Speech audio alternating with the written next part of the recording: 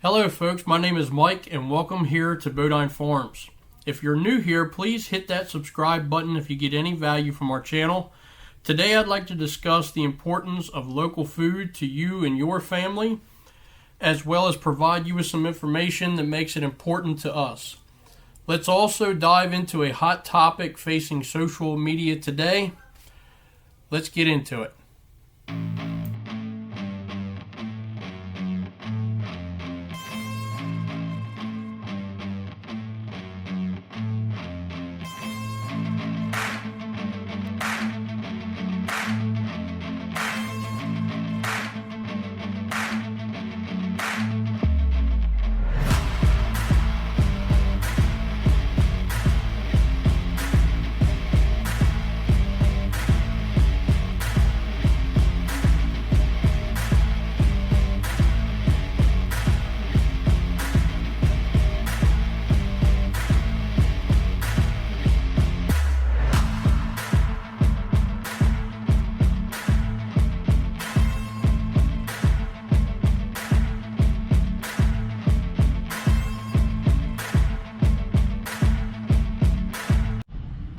All right, so back to how important is local food to you and your family when you are making the choice to purchase what you guys are going to eat. So I did a quick search and found that the average person eats 68.1 pounds of chicken per year, 56.2 pounds of beef per year, and 47.5 pounds of pork per year. And I just kept it to those three main animals there. Of course, there's always more, that come into play, but just sticking with just that alone here, for instance, of what we are raising here on our farm. So for Delaware, I just did a quick search again and found that for adults 18 and over, that's basically in the state of Delaware alone is 40,111,000 pounds, a little over that, of chicken that's consumed by our state adults, just adults. 33,102,530 pounds of beef, and another 27,978,117 pounds of pork, judging on that average. Now, in 2022, we hit an all-time record of over $3.7 million in sales, according to the Delaware Department of Ag. So, and that report is actually done just in our farmers market sector. So all of the farmers markets that are going on throughout the state, just like I'm sure they do with others, that's what their calculated sales were, which is going to include everything, mind you, vegetables, fruits, and all of that, into that too. But just record sales hitting, according to Delaware Department of Ag. And so we can see that also reflects on-farm sales as well. So there's always a correlation to how that goes from farmers markets to direct product sales. So, moving forward, it is definitely something that the general public is now supporting more, and that growth, it looks like that growth has happened every year, as everything has actually went through. So just looking on numbers and all that good stuff there, guys, we're increasing year by year. Some years took a small hit back and then moved forward again. So again, up tremendously from where we're at, and it just shows that our market is growing in a huge way. Now, I can tell you, out of those recorded sales, 52% of that value there, that 3.7 million, 52% was recorded as vegetable and fruit sales. The remaining is meat, eggs, personalized crafts, and things like that. That are also sold within the market. So again, a very big influence that we're having here as you, the consumers, are making these decisions, and us producers are able to cut out those middle guys and sustain our farm. Not just sustain, grow, and that's one of the biggest things that we need in today's time. All right, so all the animals are fed here for this morning. We're just going to go in here and grab one of my marking tools. Wait a minute. How'd that get in there?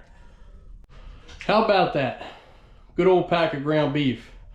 Most of you guys that are probably watching our channel, I'm sure, have come across the Facebook posts that have been pretty popular here lately, and it's in regards to the pictures of ground beef and the color and all of that good stuff. There's a couple different articles going around, and it's definitely some truth to both of them. But what is the importance of what the actual article is going on about? Let's take a little look at that. Now, for you guys that maybe have not seen the article, it's basically an article floating around comparing store-bought meat, ground beef in particular, and there's a couple pictures there to meat that you're purchasing directly off of farms around the U.S. here, and so and probably abroad, but either way it's directed towards that. And so there's a couple different articles within that basically explaining why the difference in color. A lot of times if you guys come to our market, you see that our ground beef is a very dark color. So one of the articles is just referring to that as basically nothing more than the way it's packaged, as far as it being vacuum sealed and pulling all the oxygen out of the packaging, which has some truth to it for sure. But one of the biggest things for us is that on our level, a lot of times you see guys that are posting dry aged beef, and that's one of the things that our local butcher shops do for us, is they basically improve the quality of what we have by allowing beef to hang in coolers at a set temperature from anywhere to 14 to 21 days and even more in some instances. So that also plays a role in the color of the meat coming out when it comes. Now it's not as dark, and it does get darker as these guys go ahead and vacuum seal it, so there's some truth to both of that. Now, as far as the beef that you're buying, the ground beef that you're buying from most of your local grocery stores there and the big chains, and the way that they get that burger through the big large markets, the article states in there about using things like carbon monoxide and carbon dioxide to keep the color preserved longer. But what it all comes down to in the end is that you have a choice, and you know, it's important either way. Now, we all know that there's so much confusion around labeling and things like that as it is now, and I'm sure that this is going to add to it, you know, for a prolonged period of time. But basically in the end, it is important on both sides. One, it's important for us, and we must be making a big enough impact here that, you know, that these type of things are coming out in the local, you know, in the local world compared to the commercial markets and things like that. But as well, guys, I mean, it is important on both sides of the fence here in any way that you're going to be farming, because the big producers that are doing this and that are going to continue to do this, and this is how they make their livelihood, it's important for them. And when product sales go down, they've got to do something to try to counteract that, because they've got to keep their farms thriving. And we all know that you're working off of small margins when it comes down to the big ag part of it all. So then on the other hand, guys like us that are doing both, or guys that are just doing hobby farms, and folks out there, you know, that are selling meat directly off the farm like we do as well, basically you're trying to capitalize on everything that you can, because you want to get your product out there so that you can grow your farm as well. And you know, listen, across the US, no matter how you look at it, you know, we're losing about 2,000 acres of farmland a day, and farms are getting smaller. You're seeing more smaller farms pop up, little farmettes, little 2 and 3 acre spots, little 10 acre spots, up to 40, you name it, you know, it's happening. Whereas, you know, farms and ranches as we knew it, you know, we always thought of big farmland and thousands of acres and all of that good stuff. So as time kind of moves on, we've got to adjust, we have to adapt in order to go ahead and get our farms thriving, so that we can continue this tradition of having good local food.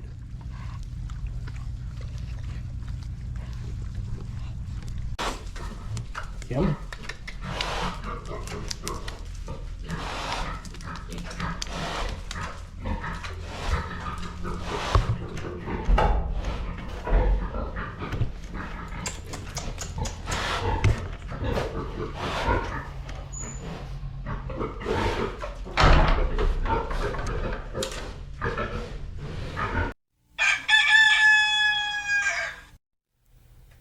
Now, I'd like to share with you guys, in 2022, the U.S. imported 3.1 billion pounds of beef from the top 3 countries being number 1, Canada, number 2, Mexico, and number 3, Brazil, along with 1.3 billion pounds of pork. And I give you this information because a lot of these imports, most of the time, not all of the time, but most of the time, get labeled under a U.S. product because it's processed here or it's been further processed here, and they're allowed to hold our labels when it comes down to it. So those are certainly factors that play. Now, understanding that it does affect farmers in all types of ways, from commercial to the small guy, it is one of the questions that I do have for all of your viewers here is what really does drive you to purchase in any certain way? Is it price? Is price always your top priority? Is it the local food drive that's really stretching across the U.S. right now? Is it important for you to know where your food is coming from? Is it important to you to know how it's being raised? Is it important to you to be able to go on a YouTube channel such as ourselves and actually see how your food's being produced? You get to interact with it all.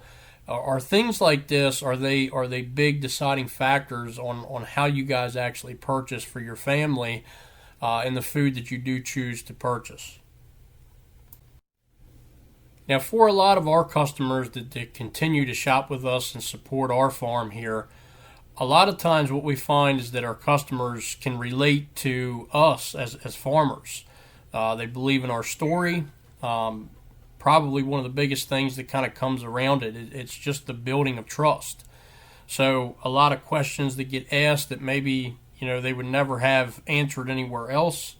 It plays a big role in how they shop and why they shop with us. It's always something that we pride ourselves on as well, being as transparent as we can, from giving farm tours, personal tours. We've done every which way. It's just a big thing here that we try to relate, we try to explain, and through our YouTube channel, these guys get to see how things are actually done around our farm. Well, folks, I've got some work ahead of me here. Going to be putting together a bunch of carts here that we're going to be using in chicken houses. Listen, guys, if you can, drop a comment in. Let me know, what's your response to all of this. What is your take on purchasing food? Is buying local, is that your biggest concern when you are purchasing food? Is price your biggest concern? Let us know in the comments there. Either way, my stance on all of this, guys, is always, I love farming. I love all parts of it. I think it takes all parts together to make it all work. I think there's room in each way that you want to do it, whether you are on a small scale side of things or you're growing on a large scale. Either way, there's room for all of us. And as we build our product line on our own, on our on-farm sales and things like that, again, it's another option that we are trying to do the best that we can to support our community and to be able to provide the community with a quality product that we can stand behind. So as always, guys, thank you for watching. Appreciate all the comments and all of the likes and subscribes. And if you haven't already, hit that subscribe button there and hit the bell, get some notifications when we put out videos. We're going to be doing videos every Wednesday, so hopefully moving forward that'll be a little bit better. As always, guys, thanks for watching and have a good one.